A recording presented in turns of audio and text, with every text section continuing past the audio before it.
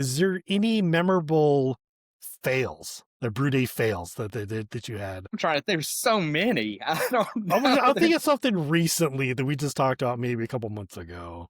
a couple months ago. Oh goodness, I'm Yeah. trying to think. Well, I mean, I know we had the I don't really consider that too much of a fail just because it was meant to be awful, which was the Hungry Man.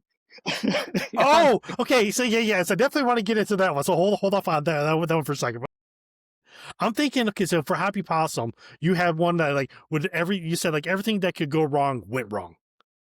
Like the whole brew day was just horrible. oh gosh, yeah. I mean, yeah, it's trying to. I can't even. It's so funny because there's so many of them.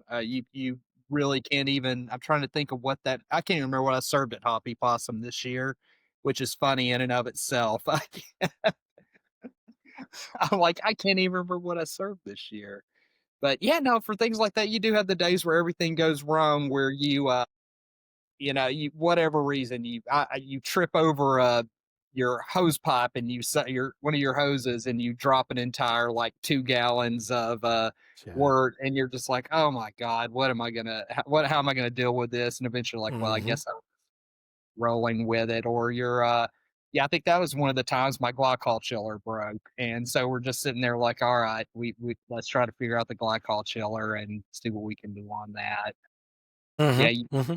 you run out of oxygen, so you can't oxygenate your wort on a high gravity beer, and you're once again you're like, well, I'll shake it and see what happens. And I promise Yeah. you, shaking your beer does not oxygenate your beer. You will notice a difference in a situation in a in a 12-15% beer. You need to oxygenate it. Well, so that's good to know too, because I've never made anything that high before. It's just, oh, do you use a wand that has like a little like I don't know what they're called, but a little bit on the top of it kind of helps disperse the oxygen through the wort, or Yeah, I use a wand, and I okay. used to do the little like red tanks you could get at Lowe's Hmm. to do it that way. And then you quickly figure out like I can buy an entire like tank of oxygen at, at uh, you know, air gas, and it's Hmm. so much cheaper and it'll last you forever. Just buy a regulator, buy the thing, and then just go Okay. through. It's cheaper in the long. And it probably is. So like I've always been kind of curious about this too. Like I've seen some people talk about using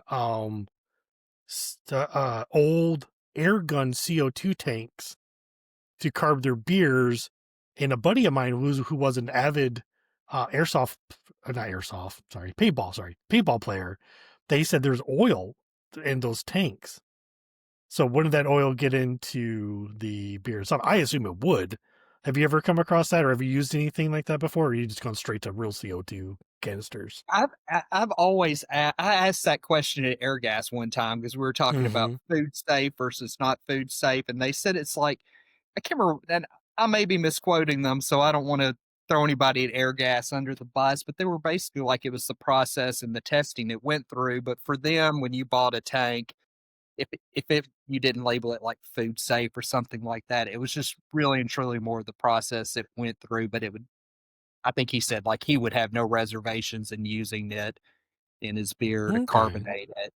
But fair he enough. said, it does go through a process. And I was kind of Mm-hmm. joking with him. I was like, why do y'all take my name and number for a bottle of CO2? Like, this seems kind of silly. What am I going to do with it? And they're like, oh, if there is something wrong with it, we can call you and recall it.